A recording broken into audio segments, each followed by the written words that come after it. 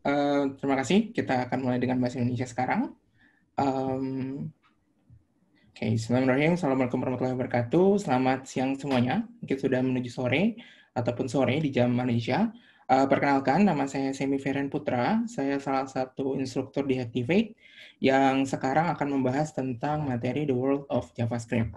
Jadi di materi ini kita akan mencoba membahas beberapa konsep dari JavaScript yang mungkin agak sedikit basic, tapi mungkin terlupakan untuk beberapa orang. Juga di sini kita akan membahas beberapa fitur-fitur dari JavaScript yang mungkin bisa membantu ketika teman-teman semua melakukan develop aplikasi. Oke, kita next dulu sebentar. Nah, oke, seperti tadi, nama aku Semi Feren Putra.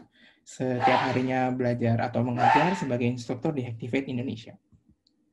Oke, kita akan mulai materi ini dengan membahas 8 tipe data di JavaScript. Jadi kalau mungkin teman-teman belum tahu, di JavaScript mereka mensupport 8 buah tipe data. Tipe data yang pertama yang akan kita bahas itu bernama string. Jadi string ini adalah sebuah tipe data yang pastinya dia akan dibungkus oleh petik. Kalian bisa menggunakan 2 petik, ataupun 1 petik, ataupun backtick, itu adalah tombol di bawah escape, untuk membuat sebuah tulisan. Jadi string ini adalah sebuah tipe data yang bisa kalian gunakan untuk memberikan informasi. Contohnya di sini aku memberitahukan namaku, namanya Semi Ferian. Atau mungkin di sini kita juga bisa memberikan informasi tentang sebuah angka. Tapi angka ini, karena kita bungkus dalam sebuah string, karena kita bungkus dalam sebuah petik, maka dia masih dianggap sebuah string atau tulisan. Di sini juga ada tulisan hi yang menggunakan petiknya 1, dan juga di sini ada contoh penggunaan backtick. Ketiganya memiliki plus dan minusnya masing-masing, tapi yang paling sering kita gunakan di JavaScript menggunakan basic yang petik 1. Lalu ketika kita ingin mencoba untuk menggabungkan 2 buah string, biasanya kita menggunakan backtick ini. Karena di dalam backtick kita punya namanya template literal, memasukkan JavaScript, memasukkan variabel di dalam string, dia akan menjadi lebih mudah. Kita akan bahas itu nanti. Nah, tipe data kedua yang teman-teman bisa gunakan adalah number. Jadi mungkin kalau yang udah pernah melakukan pemrograman sebelumnya, number ini bisa jadi dibagi jadi beberapa bagian. Kayak misalnya ada float, ada integer, ada small integer, ada lain-lainnya. Nah, di number di JavaScript, mereka menjadikannya menjadi satu. Jadi kalau misalnya teman-teman memberikan informasi berupa angka, seperti 1, 2, 3, atau mungkin 3,14 yang ada desimalnya, 0, minus 0 ataupun angka negatif, semuanya digabungkan menjadi sebuah number. Yang perlu diperhatikan di sini, ada satu buah typical case, yaitu none, not a number. Oke, mungkin teman-teman mikir, kalau not a number, kenapa tipe datanya number? Ya, itu mungkin keputusan dari Bapak Brandon H. yang membuat JavaScript yang menentukan bahwa not a number, jika kita cek tipe datanya adalah number. Mungkin perlu kalian perhatikan juga. Nah, selanjutnya kita juga punya namanya boolean. Boolean ini seperti kita memberikan pertanyaan. Jawabannya ada 2, true atau false. Jadi dengan boolean kita bisa menentukan sebuah kondisi atau sebuah state, apakah dia itu benar atau dia salah. Isi dari boolean hanya 2, true atau false. Selain itu bukanlah sebuah boolean. Nah, yang selanjutnya ini yang mungkin sering kita gunakan juga. Sebuah tipe data yang berupa struktur, yang biasa kita sebut dengan objek. Tapi kalau teman-teman lihat lagi di bagian kanannya, ini ada array, sama ini ada function. Kenapa kedua hal tersebut masuk ke dalam tipe data objek? Yang beralih lagi, kalau array dan function itu adalah subtipe dari sebuah objek. Jadi kalau misalnya kalian mencoba mengecek tipe data dari sebuah array, ini pasti akan menghasilkan objek. Ataupun kalau teman-teman mengecek tipe data function, ini pasti akan, kalau function agak aneh lagi. Ketika kita cek tipe datanya, dia jadi function. Tapi secara speknya, function itu merupakan subtipe dari sebuah objek. Yang pastinya objek seperti ini, yang merupakan key value pair tentang data yang bisa mendeskripsikan sebuah objek, pun tipe datanya adalah objek. Selanjutnya, ini biasanya muncul kalau ada error, namanya undefined. Undefined ini adalah sebuah tipe data yang dimana akan muncul ketika kita ingin mencoba mengakses sebuah variabel. Variabel itu apa ya? Kita akan bahas nanti. Yang dimana variabel yang kita akses belum kita deklarasikan sama sekali. Maaf. Nah, jadi undefined ini akan muncul ketika kita mengakses sebuah variabel yang belum kita definisikan. Selanjutnya, kita juga punya namanya null. Null ini juga merepresentasikan kekosongan. Tetapi kekosongannya itu agak sedikit berbeda dengan yang di undefined. Kalau undefined, dia berarti belum didefinisikan. Kalau null berarti data yang kita minta itu kosong. Contohnya adalah kita punya kumpulan dari nama-nama orang di dalam phonebook kita. Lalu kita mencari orang yang tidak ada di dalam phonebook kita itu. Hasilnya biasanya akan menghasilkan null. Yang berarti apa yang kita cari itu dia tidak ada. Nah, yang selanjutnya kita punya namanya simbol. Simbol ini secara daily-nya kita jarang sih untuk menggunakan. Tapi biasanya ini digunakan oleh beberapa open source library untuk melakukan proses-proses yang agak unik. Sorry ya. Yang saya tahu penggunaan simbol itu dari open source React. Jadi React itu akan menentukan apakah saya akan merender sebuah komponen function atau komponen kelas itu menggunakan simbol. Tapi secara daily basisnya kita jarang banget ketemu dengan tipe data simbol ini. Nah, selanjutnya ini ada tipe data yang baru nih. Tadi udah dibilang nih, number semuanya atau angka digabung menjadi sebuah number. Tapi ternyata mereka salah di awal. Kita ternyata butuh juga data yang sangat besar. Misalnya dia ada 1 miliar lebih, atau mungkin 1 triliun lebih itu. Nah, di JavaScript, ketika kita membutuhkan sebuah data yang sangat besar, dalam konteks number, kita bisa menggunakan big integer ini. Secara sintaks, dia sama, kita masukin angkanya, tapi di akhirnya kita memberikan tulisan N. Dengan tulisan N ini menandakan bahwa tipe data dari 1N ini adalah big integer. 10N, 100N, dan juga 1000N. Nah, itu adalah 8 tipe data yang disupport oleh JavaScript. Nah, sekarang, semisalnya kita ingin tahu nih, kita punya data nih, lalu pengen mendapatkan informasi tipe datanya apa ya, atau tipe data ini bertipe apa. Nah, di dalam JavaScript kita punya sebuah fungsi dengan nama typeOf. Dengan typeOf, ketika kita memberikan sebuah data, dia akan mengembalikan tipe data dari data tersebut. Misalnya di sini kita mencoba typeOf dari semi, dia akan menghasilkan, oh, semi ini karena ada petik, dia adalah string loh. Lalu kalau kita lihat ke sini, 17. Oh, 17 ini adalah angka. Karena dia adalah angka, maka dia akan menghasilkan number. Kalau kita lihat di sini, true, dia adalah sebuah boolean, maka dia akan menghasilkan boolean. Objek, dia menghasilkan objek. Array kosong, dia menghasilkan array kosong, array, dia akan menghasilkan objek. Tapi di sini null menjadi objek. Ya, ini salah satu hal yang tricky juga nih di dalam JavaScript. Tadi kita bilang null tipe data, tapi kalau tipe datanya kita typeOf, hasilnya jadi objek. Ya mungkin ini adalah sesuatu yang sudah dipikirkan sebelumnya oleh tim pembuat JavaScript-nya. Kita harus menikmati apa yang kita dapatkan. Lalu balik lagi ke sini ada undefined, dia undefined. Simbol dia tipe datanya adalah simbol, 1N dia adalah big integer, dan di sini ada yang aneh lagi nih. Ketika kita mengecek typeOf dari sebuah function, dia akan mengembalikan function. Jadi walaupun function ini adalah subtipe dari objek, kalau kita typeOf dia adalah function. Biasanya kalau soal-soal interview juga muncul banyak kayak gini nih. Typeof dari function apa ya jawabannya? Seperti itu. 8 tipe data di dalam JavaScript. Oke, kita lanjut ke materi yang kedua, yaitu variables. Sebenarnya variables itu apa sih? Variables ini adalah sebuah label dari data yang kita punya. Dengan membuat variabel, kita dapat mengakses data kita dengan mudah tanpa harus menulis data tersebut berulang-ulang. Contohnya mungkin kita balik ke masa SMA kita. Kita disuruh mencari luas persegi panjang misalnya. Kita kan perlu tahu panjangnya dan lebarnya kan dari persegi tersebut, persegi panjang tersebut.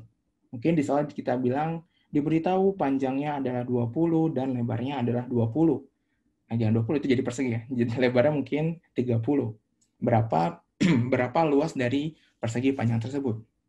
Nah, di situ ada sebuah variabel sebenarnya. Panjang adalah 20.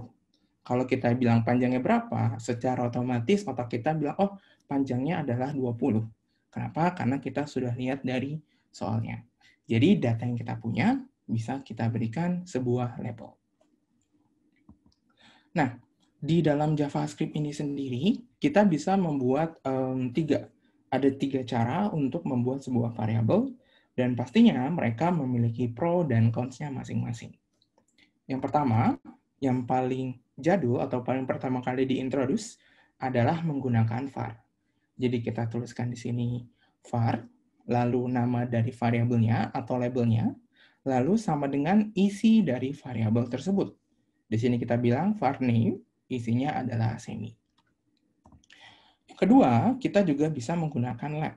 Perbedaannya cuma di sini. Ini var, ini lab. Sampai sekarang. Yang ketiga, kita punya namanya cons. Cons, name, sama dengan semi. Jadi perlu diingat oleh teman-teman semua, kita punya tiga cara untuk membuat variabel di JavaScript. Nah, sebelum kita membahas lebih lanjut tentang perbedaannya, mungkin lebih baik kita membahas dulu tentang scope. Scope itu apa sih maksudnya? Nah, scope ini secara garis besar adalah sebuah box yang akan menentukan isi dari sebuah variabel atau menentukan value dari sebuah variabelnya. Tergantung dari mana atau di mana kita memanggil variabelnya, isinya dia akan berbeda. Di dalam JavaScript sendiri, kita ada dua buah scope yang bisa kita gunakan. Yang pertama adalah kita menamakannya function scope. Jadi setiap kali kita membuat sebuah function, dan di sini kita ada kurung kurawal di awal dan kurung kurawal di akhir, maka ini kita anggap sebagai satu buah function scope. Yang kedua, kita punya namanya block scope. Kalau function scope dia tergantung dari function, kalau block scope dia tergantung dari kurung kurawalnya. Selama dia menemukan awal kurung kurawal dan akhir kurung kurawal, maka dia dianggap satu buah block scope. Misalnya di sini kita punya if, lalu ada kurung kurawal pembuka sampai penutup, ini kita anggap menjadi satu buah block scope. Lalu sama halnya ketika kita melakukan looping, karena ada kurung kurawal awal dan ada juga kurung kurawal akhir, maka dia dianggap sebagai satu buah block scope. Oke, ini sedikit introduction tentang scope. Kita lanjut ke perbedaan dari setiap tipe datanya. Yang pertama, kita akan melihat bagian dari var. Pertama, var, dia value-nya ditentukan dari function scope-nya. Jadi dia akan membuat satu buah variabel baru pada setiap function scope. Dia variabelnya bisa diisi, bisa dirubah isi dari variabelnya. Dia juga bisa dideklarasikan ulang variabelnya. Dan juga variabelnya ini bisa diakses sebelum ditulis. Atau nama gaulnya adalah hoisted. Kita coba bahas satu persatu. Nah, di sini ada contoh nih, pembuatan atau penggunaan variabel ini sendiri, atau var ini sendiri. Nah, di bagian atas, di bagian sini nih, kita nggak ada kurung kurawal if, nggak ada function, ini kita anggap sebagai namanya global scope. Jadi setiap ketika kita mengoding JavaScript, pasti kita memiliki at least satu buah scope, yaitu global scope. Di sini kita membuat sebuah variabel dengan nama name, lalu isinya adalah semi. Ketika kita konsolog atau kita tampilkan ke terminal atau mungkin ke inspect tool-nya browser, dia akan menampilkan nama seminya. Lalu di bawah sini, ketika kita menemukan sebuah function, oh, function nih, berarti dia akan membuat satu buah function scope yang baru.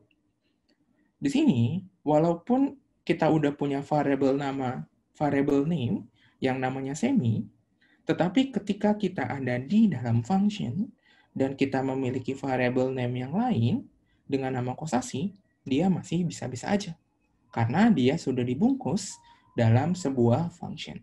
Jadi kalau misalnya kita console name di sini, dia akan menampilkan nama kosasi. Walaupun nama variabelnya sama, karena scope-nya dia berbeda. var, dia juga bisa di reassignment.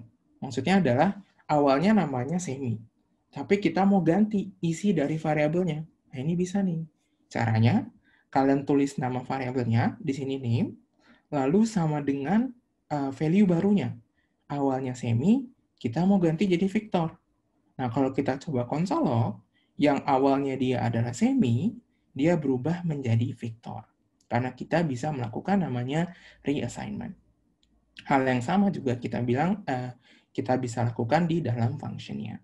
Ada var name yang awalnya kosasi, lalu kita reassign menjadi John. Kalau kita konsol log, namanya pun bisa berganti menjadi John tersebut. Nah, ini yang agak tricky di dalam var. Dia itu bisa diakses sebelum dibuat. Misalnya kita lihat di sini nih. Kita bilang var name sama dengan kosasi.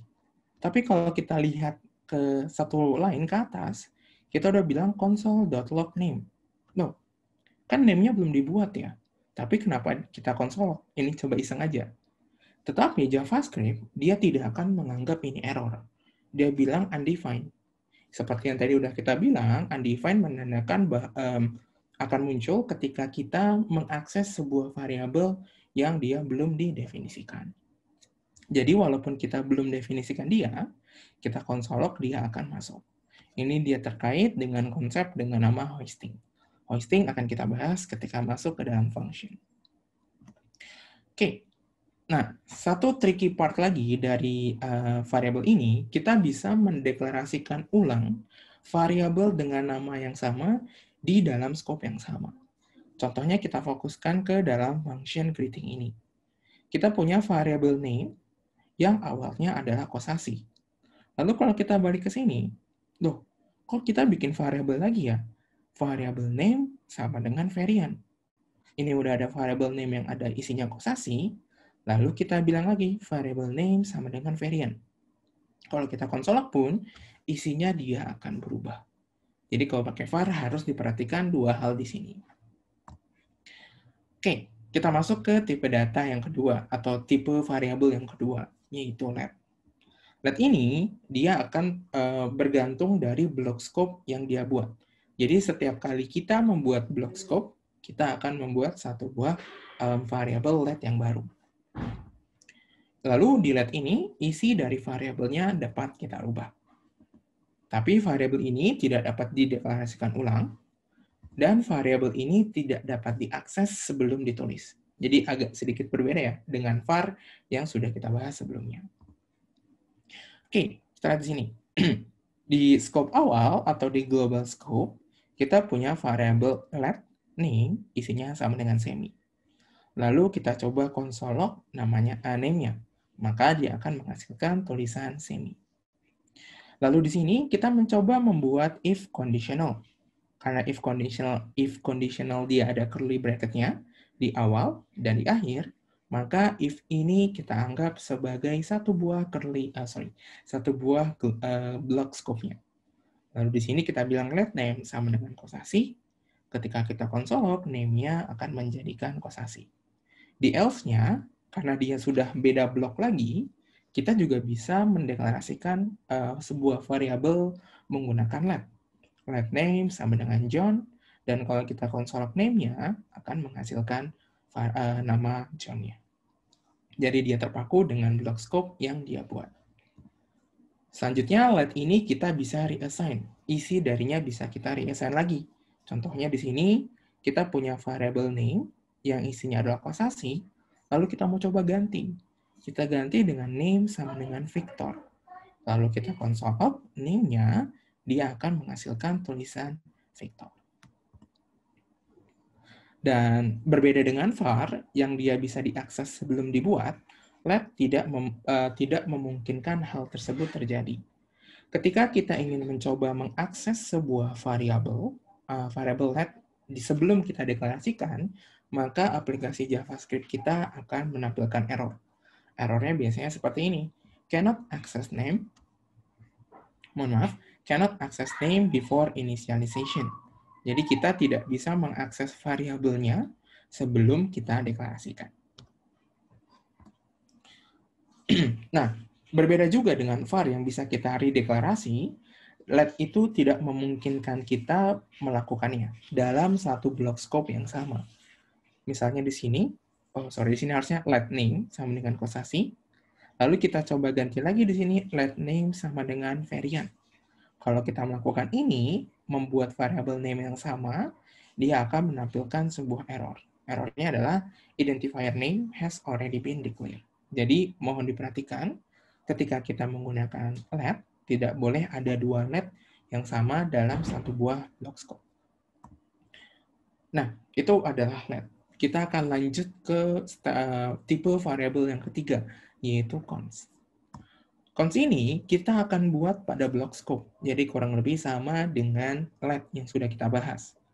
Perbedaannya, isi dari variabel const tidak dapat dirubah, tetapi agak tricky ketika kita masuk ke dalam objek dan array. Isinya masih bisa dirubah, tapi datanya tidak bisa dirubah. Lalu variabel ini tidak dapat dideklarasikan ulang, sama seperti let, dan variabel ini juga tidak dapat diakses sebelum kita tuliskan. Kita coba bahas satu persatu. Nah, di sini, untuk penulisannya kurang lebih sama dengan let, cuman kita ganti keywordnya aja. Kalau tadi ini keywordnya adalah let, sekarang kita ganti keywordnya dengan const. Const name sama dengan semi, kalau kita konsolog isinya adalah semi. Sama ketika kita dalam if yang merupakan satu buah block scope, dan else yang merupakan satu buah block scope, kita akan membuat satu buah variabel const yang baru. Nah, di const, kita tidak bisa melakukan reassignment. Maksudnya merubah isi dari data tersebut. Misalnya di sini, awalnya name-nya kita bikin dari kosasi, lalu kita mau mencoba nge-reassign dia menjadi Victor. Nah, ketika kita mencoba melakukan ini, maka JavaScript akan marah ke kita. Bilangnya, ngapain? Ngeganti const-nya. Assignment to constant variable itu tidak diperbolehkan. Dan juga sama seperti let, ketika kita mencoba mengakses sebuah variable const yang belum kita deklarasikan sebelumnya, seperti di sini, dalam block scope if, maka JavaScript kita akan menampilkan error, cannot access name before initialization. Jadi tolong diperhatikan juga untuk penampilan konsolnya. Pastikan dilakukan setelah kita mendeklarasikan variabel tersebut. Oke, yang terakhir, sama juga seperti sama juga seperti let, const tidak bisa didefinisikan lebih dari satu dari block scope yang sama. Di sini ada const name, kita tidak bisa membuat const name yang lainnya. Jadi hanya satu const di dalam satu buah block scope. Oke, ketika kita membahas sebuah variabel, sebenarnya ada 3 rules utama yang teman-teman harus perhatikan. Yang pertama adalah setiap variabel tidak bisa dimulai dengan angka. Jadi di sini kita bilang one family, kan ada angka nih, sama dengan one voice. Karena dia mulai dengan angka, dia tidak bisa dilakukan. Yang kedua, kita tidak bisa memberikan sebuah spasi.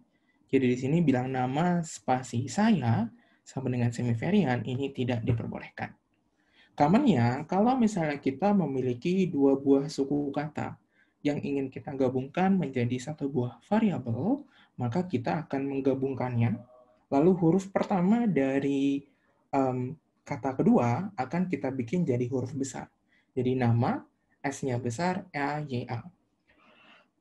Format itu kita sebut dengan camel case. Jadi yang paling common digunakan di JavaScript adalah menggunakan camel case. Yang ketiga, variabel itu tidak bisa kita definisikan atau kita tuliskan dengan simbol. Kita tidak bisa kasih tanda seru, at, pagar, persen, ini caret, dan lain-lainnya. Kecuali ada dua simbol yang bisa kita gunakan. Yaitu kalian bisa menggunakan $, atau kalian bisa menggunakan underscore. Selain kedua itu, simbol tidak diperbolehkan. Oke, kita lanjut lagi ke materi yang ketiga. Lumayan banyak ya. Materi yang ketiga, ini kita bahas tentang coercion. Tadi udah bahas tipe data, Udah bahas variabel, kita lanjut ke coercion. Coercion itu apa sih? Mungkin agak baru pernah dengar kayak kata-katanya. Coercion ini adalah sebuah proses di mana satu tipe data di-convert menjadi tipe data yang lainnya, baik secara eksplisit ataupun implisit. Jadi di JavaScript itu sangat memungkinkan satu buah data berpindah tipe itu. Dia migrasi gitu. Dia move on. Awalnya string, kita mau jadi number. Awalnya number, kita mau jadiin boolean. Awalnya boolean, kita mau jadiin string.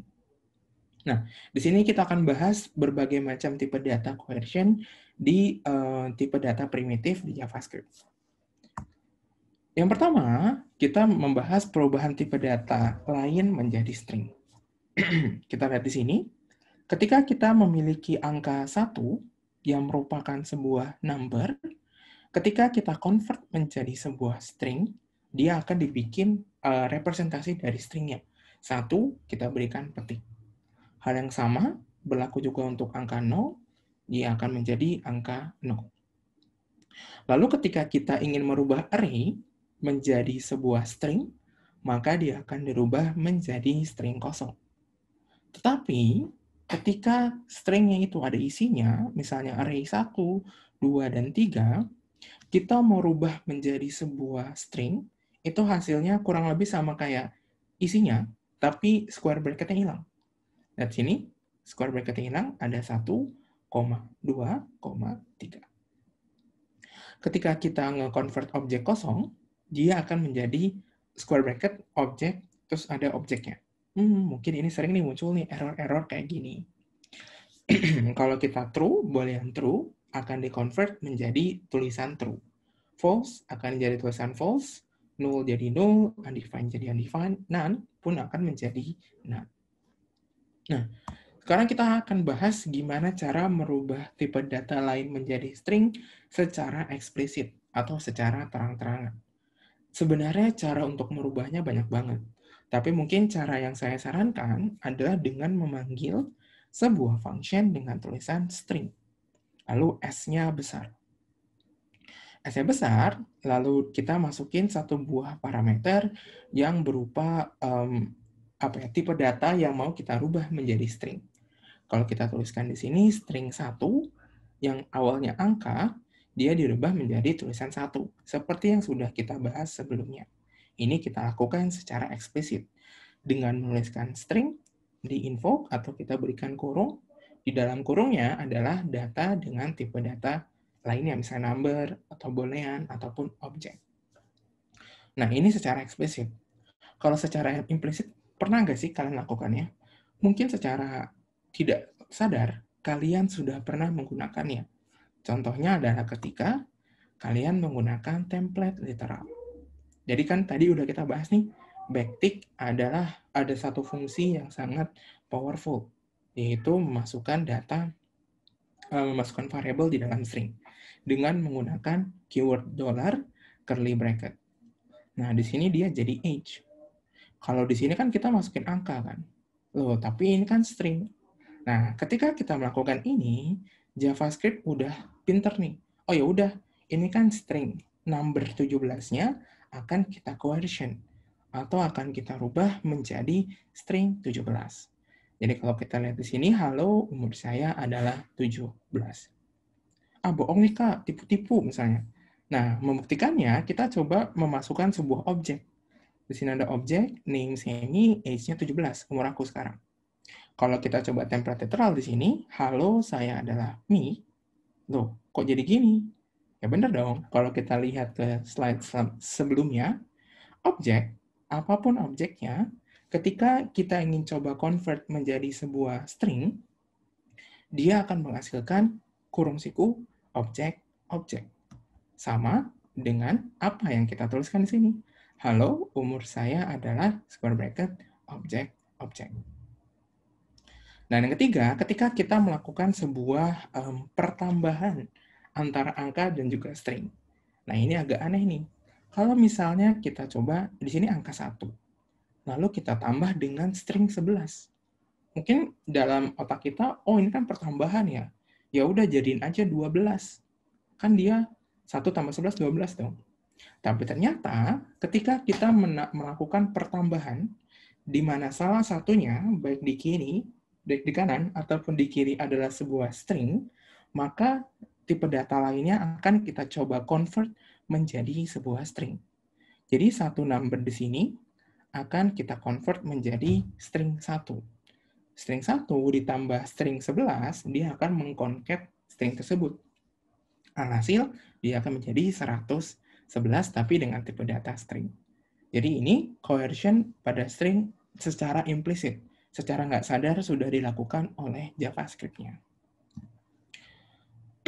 Nah, kita lanjut ke coercion yang kedua. Coercion menjadi sebuah number.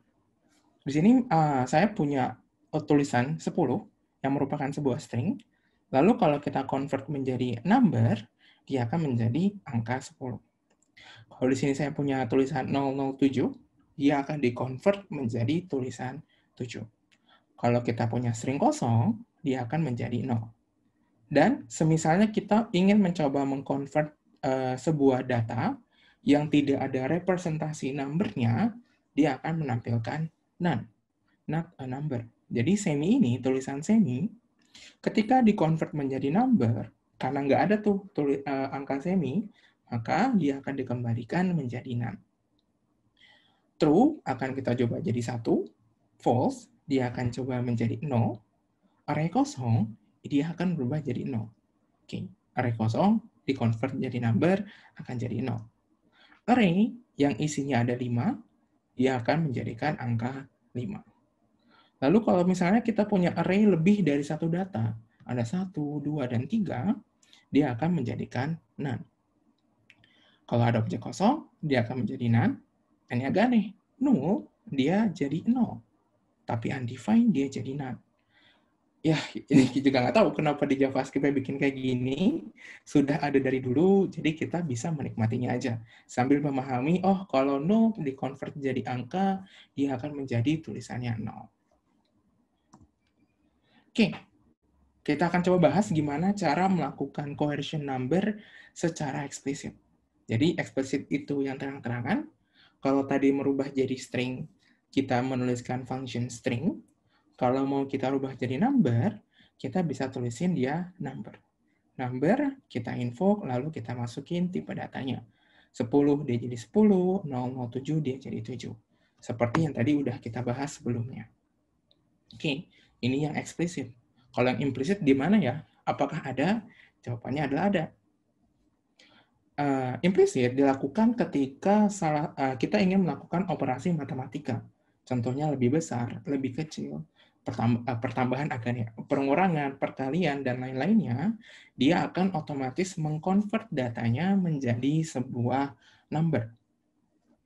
Contohnya di sini, kita punya string dengan tulisan 10, dan di sini string dengan tulisan 100. Di tengah-tengahnya, kita melakukan kurang dari. Karena dia adalah kurang dari, 10 ini karena kurang dari ini adalah operasional matematika, 10-nya akan kita rubah menjadi angka 10, 100-nya akan kita rubah menjadi angka 100. Kalau kita lihat di masih sini, ada slide lagi, tak? Oh, sedikit lagi? Atau sedikit tanya lagi dulu? Ya? Oke, masa hampir tamat dah, oke? Oke. Lebih kurang 3 menit macam tu boleh? 3 menit? Mm-mm. Oke, 3 menit. Oke, thank you. Oke, 3 menit lagi kita coba. Oke.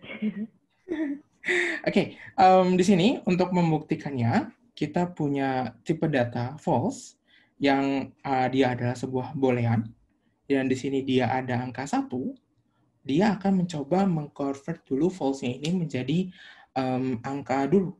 Tadi kita udah tahu bahwa number false ini menjadi 0. 0, dia lebih kecil dari 1.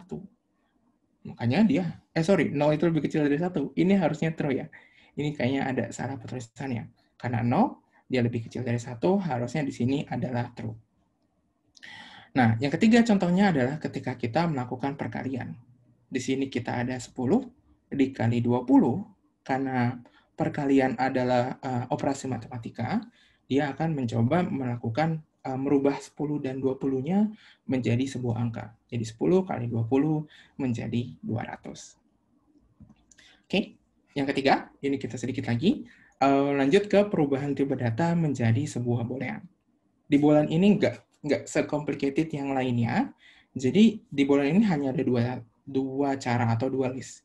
Either dia menjadi falsy atau dia menjadi truthy. Falsy itu berarti tipe datanya akan dirubah menjadi Boolean false. Di mana untuk merubah tipe data menjadi false itu hanya ada 7 listnya. 7 list itu adalah null, undefined, null, string kosong, minus 0, none, not a number, dan null n. Itu semuanya ketika kita convert menjadi falsy, maka dia akan ketika kita convert menjadi boolean, maka hasilnya adalah false. Tapi kalau selain itu, apapun di JavaScript selain ketujuh data tersebut, ketika kita convert menjadi boolean, hasilnya adalah truthy atau true. Oke, ini cara kita melakukan coercion di boolean secara eksplisit. Jadi kita tuliskan boolean dengan B besar, lalu isi dari datanya 0, 1, string, semi, dan lain-lainnya. Dan kalau yang secara implisit, itu biasanya kita temui ketika kita melakukan conditional di dalam if. Di sini kita punya variable name yang isinya adalah semi. Kalau kita bilang if name, maka variable semi ini maka variable semi ini akan kita coba convert menjadi boolean. Semi bukanlah salah satu dari 7 data yang kita punya tadi di list falsy. Oleh karena itu, dia akan menghasilkan true. Karena dia true di dalam if-nya, maka logic di dalam proses di dalam if-nya akan dijalankan. Aduh, jadi habis suaranya. Oke, yang selanjutnya di sini, ketika kita punya let age sama dengan 0. 0 ini tadi adalah list yang falsy. Lalu di sini 0 berarti menjadi false. Tetapi karena kita memberikan negasi, berarti hasil false-nya akan kita convert menjadi true. Tidak false, akhirnya akan menjadi true. Yang dimana berarti console di sini akan ditampilkan di dalam terminal JavaScript kita. Oke, slide terakhir. Oke. Slide terakhir dari aku, ini ada namanya boxing. Jadi misalnya di sini kita punya variable name semi. Lalu kita coba memanggilnya menjadi name.toUpperCase. Ini agak aneh mungkin pertama kali kita lihat. Bahwa name ini kan adalah sebuah string. Tapi kenapa kita bisa akses dia sebagai sebuah objek ya? Karena ada dotnya di sini. Nah ini kita sebut dengan konsep namanya boxing. Jadi ketika kita memiliki sebuah string atau tipe data lain, dan kita ingin mewakilkannya seperti objek, contohnya di toUpperCase, JavaScript akan secara otomatis merubah tipe data stringnya itu menjadi objeknya stringnya tersebut. Jadi kalau kita bilang name.toUpperCase, walaupun name ini adalah semi doang, nggak ada objek, ketika kita bilang name.toUpperCase, dia akan otomatis merubah nama seminya menjadi huruf besar semua. Sama halnya ketika kita membuat sebuah memberikan informasi panjang dari length dari stringnya, kita bisa manggil name.length, yang dimana dia akan menampilkan informasi panjang dari name-nya. Ini disebut dengan boxing di dalam JavaScript. Oke, karena waktunya habis, mungkin aku akhiri dulu sampai sini. I give it back to you, Lauren. Thank you so much, Sami. Wah, Sami memang terampil dalam bahasa JavaScript ni. Dan terima kasih kerana sudi bersama kita pada hari yang terakhir ni, pada majlis kita, Webfest Asia 2020. Jom saudara-saudari, teman-teman kita berikan dia tepukan yang gemuruh dalam chat sekarang. Thank you so much, Sami. I know how difficult JavaScript is, and the thing is to present it in 40 minutes over the web is definitely not easy. But thank you so much for everything you've brought to the table, your skill, your effort, your knowledge. Thank you so very much from all of us here at Exabytes. Thank you. Thank you for having me. All right, we'll see you soon. You have a good day and be safe. Bye. Exabytes. Grow your business online.